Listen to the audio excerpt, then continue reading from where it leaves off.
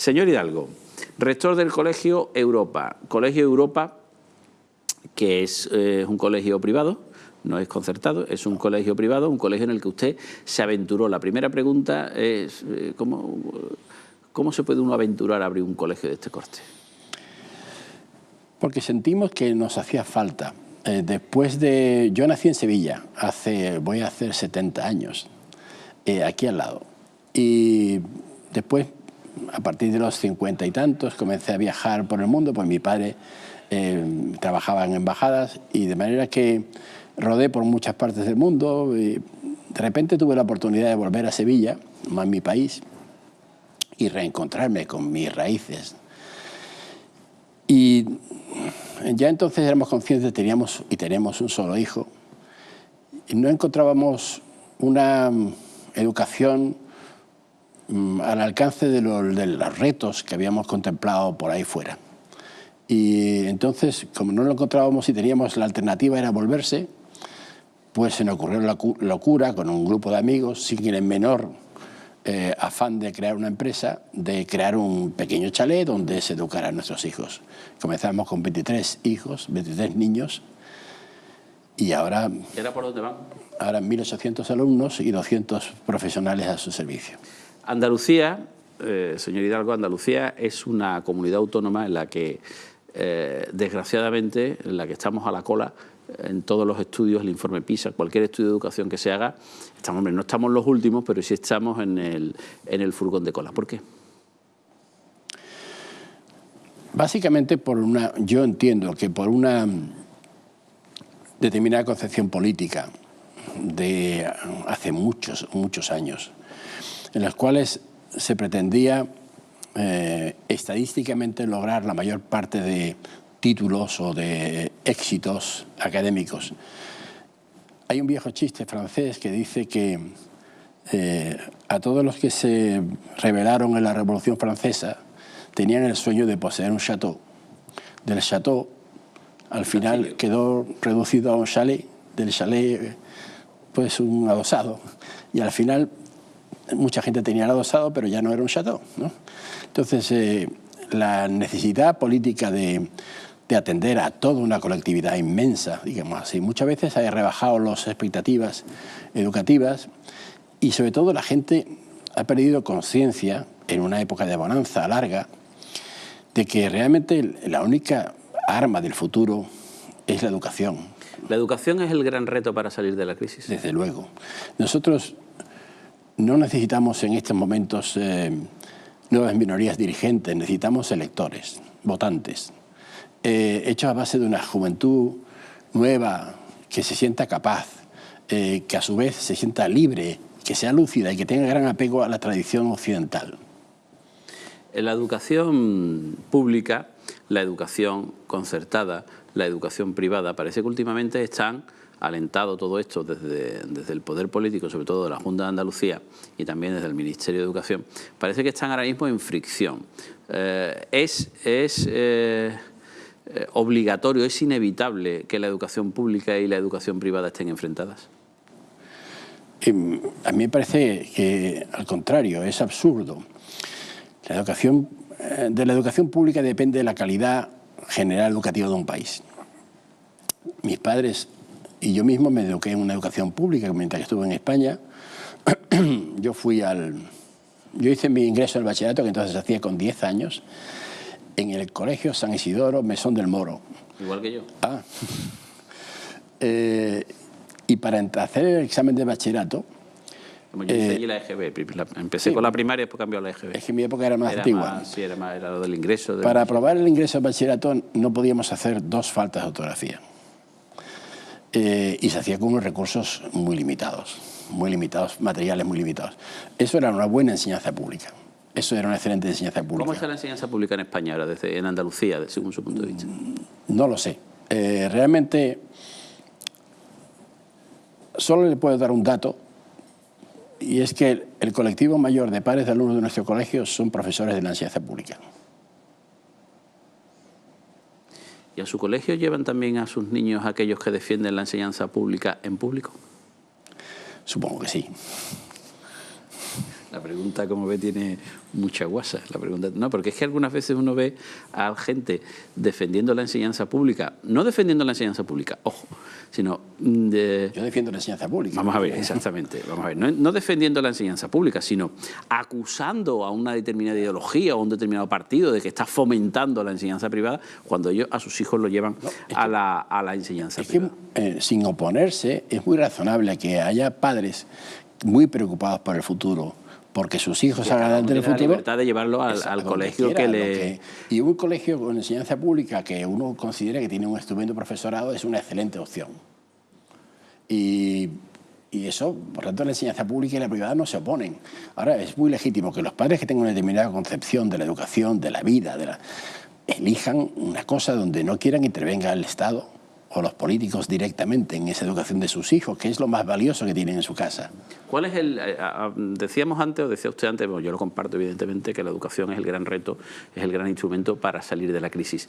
Pero en esta época en la que un chaval ve una pizarra y es como si nosotros viéramos, no sé, las tablas de Moisés, o incluso más. Ve un libro de texto y dice, bueno, pero ahí cómo va a estar toda la sabiduría, si esto va cambiando todos los días y se van incorporando a la red, a Internet, se van incorporando los nuevos conocimientos. ¿Qué debe tener, qué debe contener hoy? ¿En qué se debe diferenciar la educación de hoy de la educación de ayer para adaptarse a estos tiempos? No hay tantas diferencias. En general, una persona bien formada del pasado es perfectamente válida hoy día. Lo que ocurre es que, bueno, por supuesto hay que seguirle el principio de vino viejo en odres nuevos, ¿no? Ahora mismo sería impensable no usar Internet continuamente, digamos, como medio de referencia, pero básicamente lo que hay que pasar es por el estudio, por la lectura de los trabajos, antes como ahora.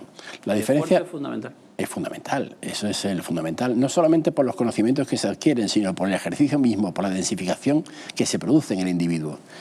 En realidad, la vieja concepción consistía en que prácticamente la educación era algo que podía dejarse de lado, porque era, en el caso de algunos colegios era como un electrodoméstico caro que uno compraba, en el caso de, bueno, ya lo harán los educadores.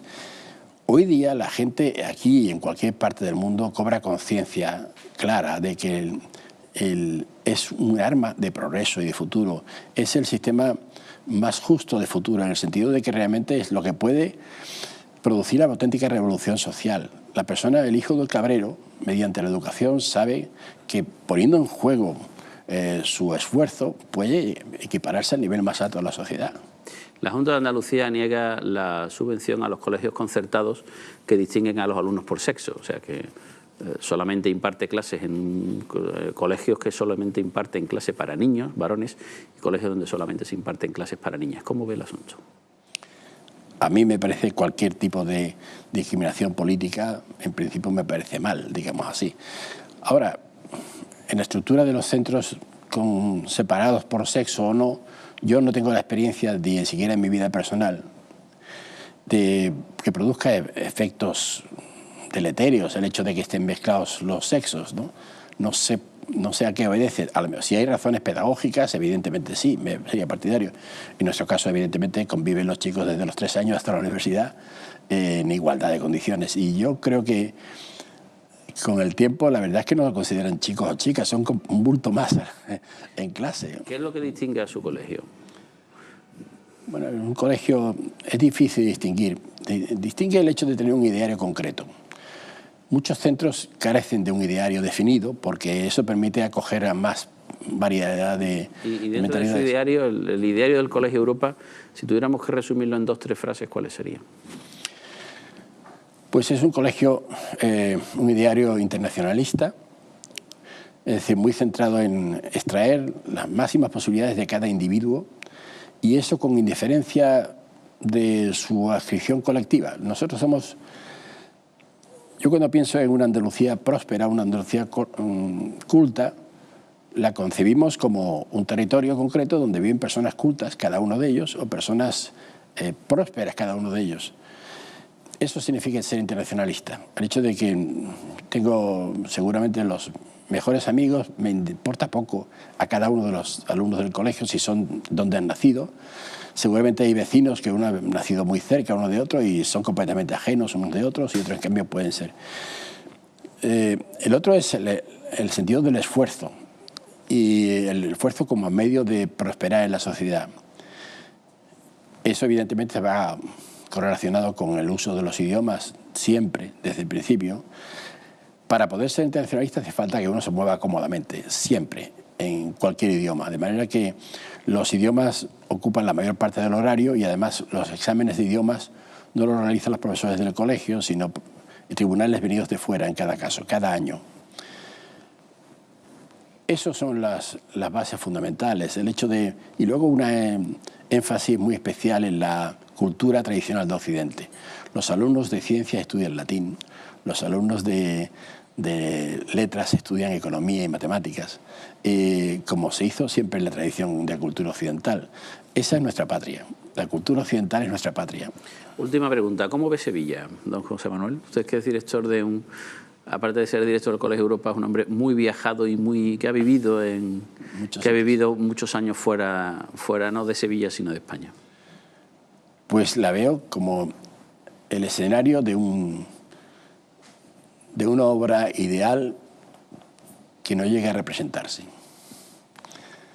El escenario con todos los elementos para una obra de teatro extraordinaria que no termina de cuajar. Y sin embargo siempre pendiente de la mano de nuestras tradiciones, del arte que nos puebla. Tenemos ahora alumnos del colegio que vienen de sitios tan lejanos, donde realmente imaginarse que existe aquí al lado la iglesia de Salvador, visto desde Milwaukee, es impensable. Esta cercanía de la cultura que se palpa no solamente en las piedras, sino en la gente, en las formas de hablar, es tan cálido, tan atrayente, digamos así. Y por otra parte no terminamos de cuajar la obra. ¿Qué le falta a Sevilla para cuajar esa obra? Pues una sensación de modernidad, de apostar al futuro y verse desde fuera también. ¿Es muy pusilánime el sevillano en ese sentido? Es un poco autocomplaciente consigo mismo. Y yo tengo la impresión de que hemos perdido desde hace mucho tiempo.